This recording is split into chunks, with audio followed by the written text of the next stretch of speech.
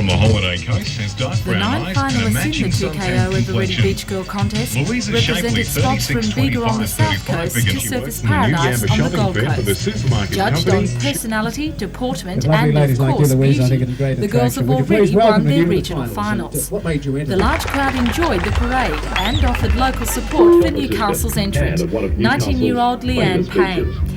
It was a hard decision for everybody, but after careful consideration, the judges awarded the Summer Girl title to 21-year-old Lynn Bennett. The South African-born beauty represents Queensland's 4GY in Gympie and will set off on a ski tour of New Zealand with $3,000 worth of prizes. Just to remind people.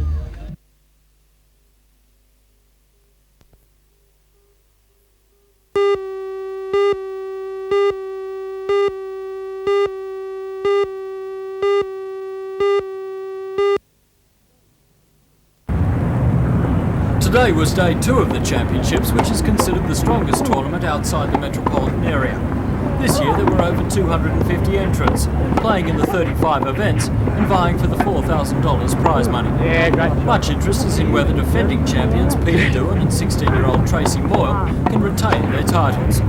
Moyle is already through to tomorrow morning's semi-finals, while Doohan, the Australian hardcourt champion, must win a quarter-final this evening against Sydney's Joe Inzatari to get through. The other main contenders in the men's are Newcastle's Brian Williams, former South Australian champion Wayne Pascoe, and ex-Australian junior champion Mike Phillips from Ballina. As well as the men's and women's singles finals, tomorrow's play includes the finals of the doubles, the mixed doubles, and many of the other age divisions.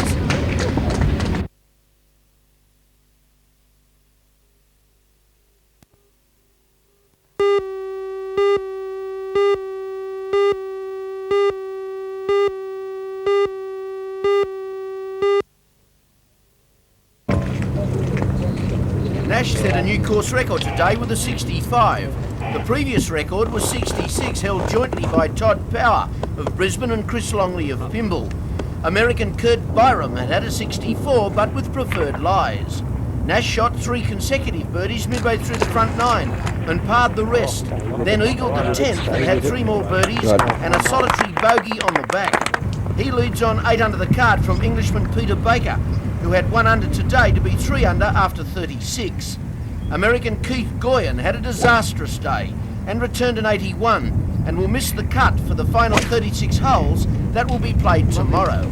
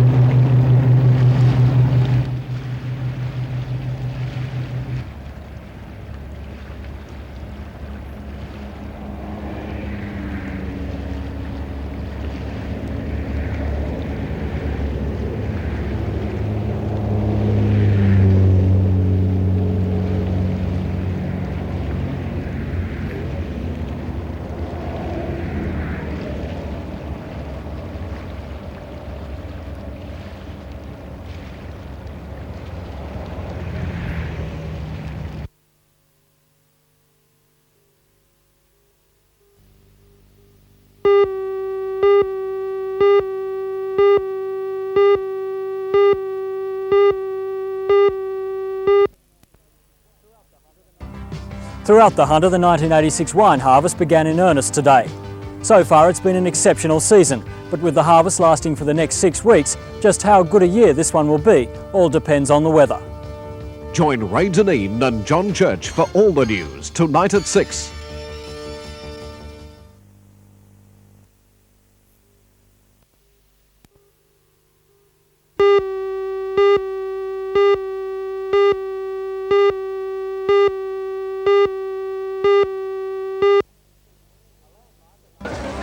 landmark in the Hunter Street Mall, the John store, closed today after 62 years. But they went out with a big bang, a huge sale with all the proceeds to charity. Join Ray Deneen and John Church for all the news tonight at 6.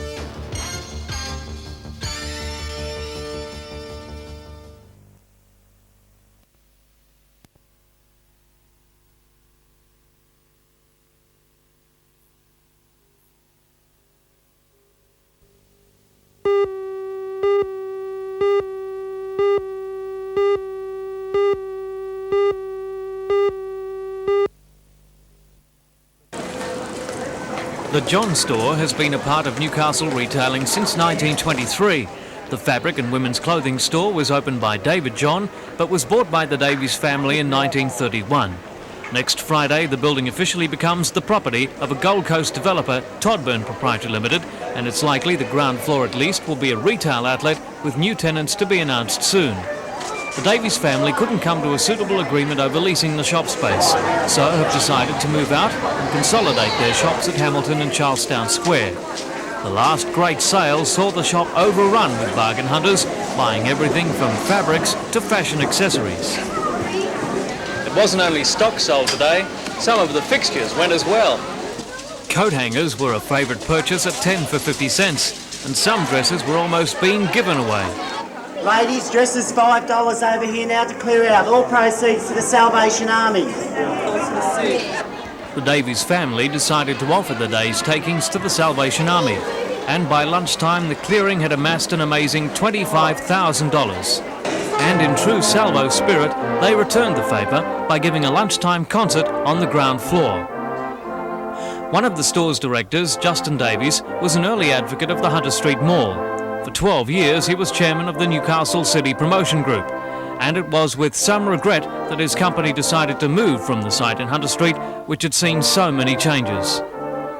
We're very keen on the city. We have always been great supporters of activities in the city, and as you said, I've been an instigator in getting the mall going here in Newcastle. I must say we have been a little disappointed by some council attitudes, particularly in the way that they've put off some developers from coming in by their harsh restrictions on building heights, and we feel that perhaps the council could have done more to develop the city.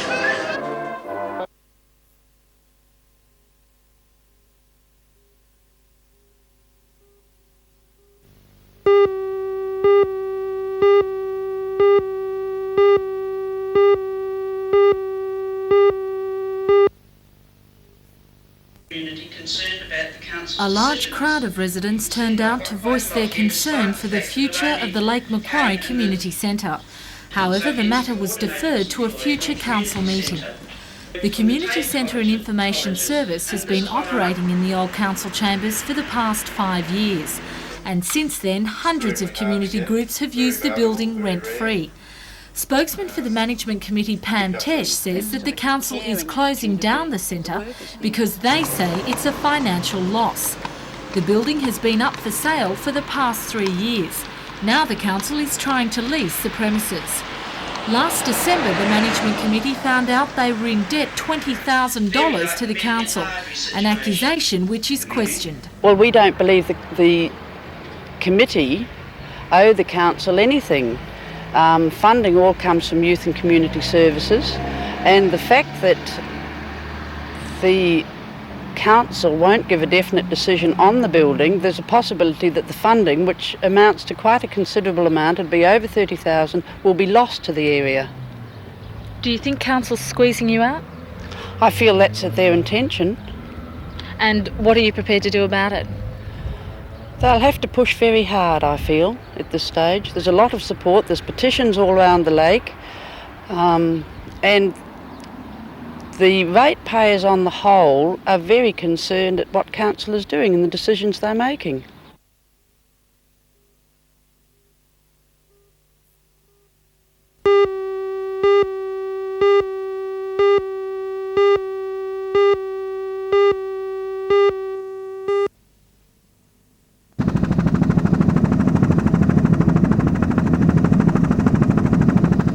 The Iron Newcastle makes an impressive sight at sea. We joined her on her maiden voyage to Newcastle. This is the first vessel in the BHP fleet to be called Iron Newcastle, and the first vessel in 100 years to have recognised Newcastle, Australia in its name. Right now we're steaming up the New South Wales coast at 13 knots or about 25 kilometres an hour. It's slow, but it's steady. The Iron Newcastle is a large ship, 283 metres long and 47 metres wide. That's unusually wide and allows her to carry a big cargo of both coal and iron ore. In fact, the Iron Newcastle is the biggest ship in BHP's fleet. The design requirements called for a wide beam and shallow draft. Iron Newcastle was built in Japan in just 7 months and was launched late last year. The ship will trade from Port Hedland to Port Kembla and Newcastle, delivering ore and then loading coal for Japan. The master of the ship is Captain Bill Lloyd. He says new manning levels and low fuel costs make this modern vessel special. Compared to the old ships, our fuel consumption is much lower, and the cost of fuel is the main thing that you have to watch these days, economy-wise. The engine is a 6-cylinder diesel, which pushes her through the water at a surface speed of 14 knots. The slow-speed long-stroke engine developed 16,000 horsepower at 65 revs per minute. The engineers, through a complex computer system, can monitor the performance at any time, complete with a computer graph. Here we're reading cylinder pressure, for instance. Further, these details, along with navigational data and administrative figures, can be sent from anywhere in the world via satellite to the BHP Computer Control Centre at Newcastle. In fact, they can even have a conversation. We have done that on trials. I think the general situation will be where the data is simply sent from the ship to the shore, and that can be done in about 2 minutes, and that's for about 2 weeks sea time, which is fairly quick.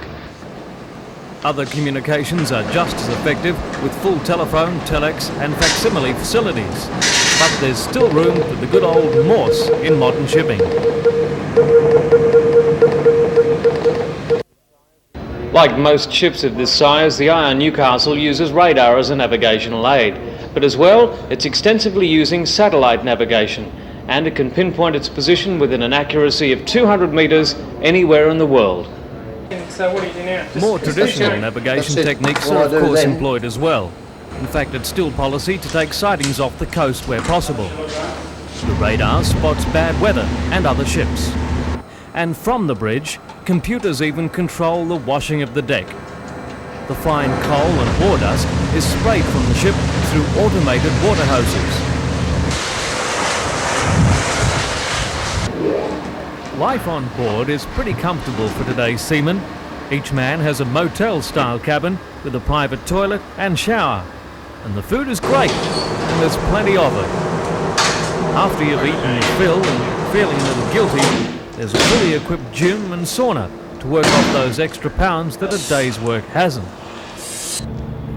It may not be the love boat, but the Iron Newcastle still has some creature comforts. It's even fitted with an indoor swimming pool.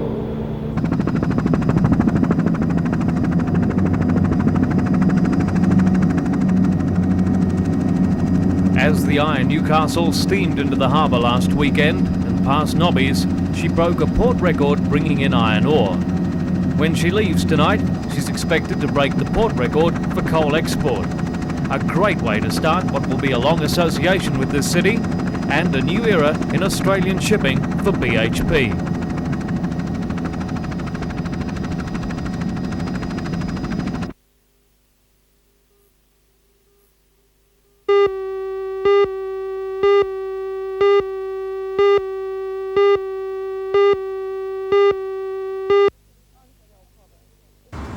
I'm Janelle Provost. The Newcastle City Council announced today that it's going to be the new developer for the Queen Street Wharf. The buoy out there shows just how much land is going to have to be reclaimed for the new development. Join Ray Deneen and John Church for all the news tonight at 6.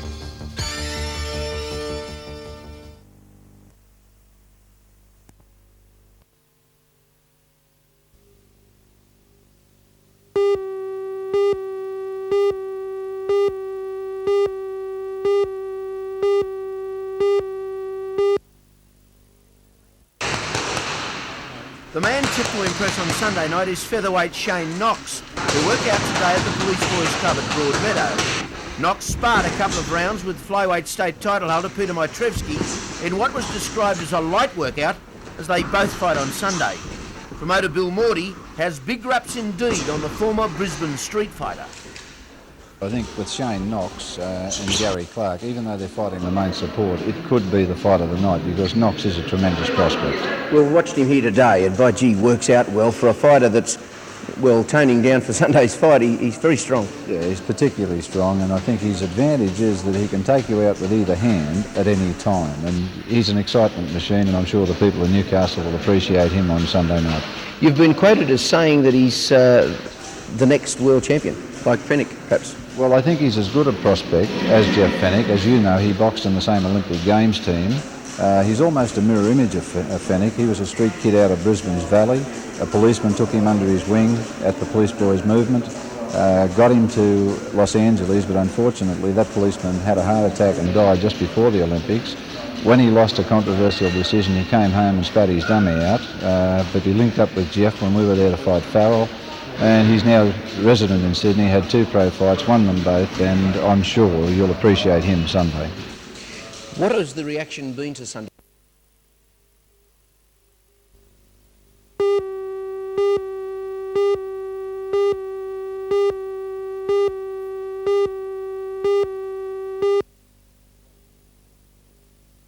Quite a few people have told me how the crowds really get behind, their team and how they really get at the opponents, so I'm really looking forward to that, yeah. Ricky, tell us about your basketball career from when you started playing the game. Yes, I started very young, around 7 or 8, playing basketball and playing on the school ground, the playground outside, which is where most American ball players start at, in the playground. And I played up to about 14, and then I stopped and played gridiron football for a while. And then in my senior high school year, I went back to playing basketball again. And went over to college, and the same thing. From there, I went to Europe and played for 3 months over in the Netherlands. And then I came over to Adelaide in Australia and played there for a year. And then just took somewhat of a break and went up to Darwin and just played and did quite a bit of coaching up there. Yeah. And now Newcastle? Now in Newcastle. Someone said this fella's better than Al Green. How do you react to that?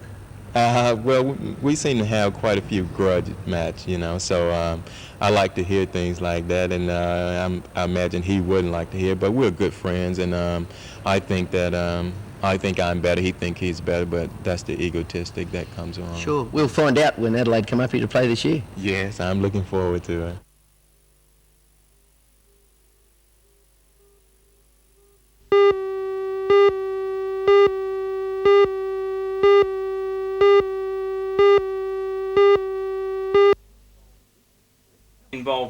With Nick Killen comes into the new position having had a long association with the Hunter region. His secondary education was at Singleton, and later, with a background in engineering, had been employed in local industry for the past 18 years. With a recently completed master's degree in business administration, Mr Killen sees himself well equipped to work with Foundation team members in promoting and helping the development of the Hunter region. Future. John, immediately I see myself as being able to bridge the gap between the research team of the Foundation and the market. Do you think there has been a major gap there in the past? Well, this kind of communication has really been carried out by the Director of Research of the Foundation predominantly. I see with the continual change in the Hunter region, there's need for the Director of Research of the Foundation to spend far more time with the management team in coping with that change and communicating that change, and in turn I see myself as the person that can take over responsibilities of communication, community awareness, and awareness of our products and services with our varied sponsors and supporters. That's perfect. That's what I...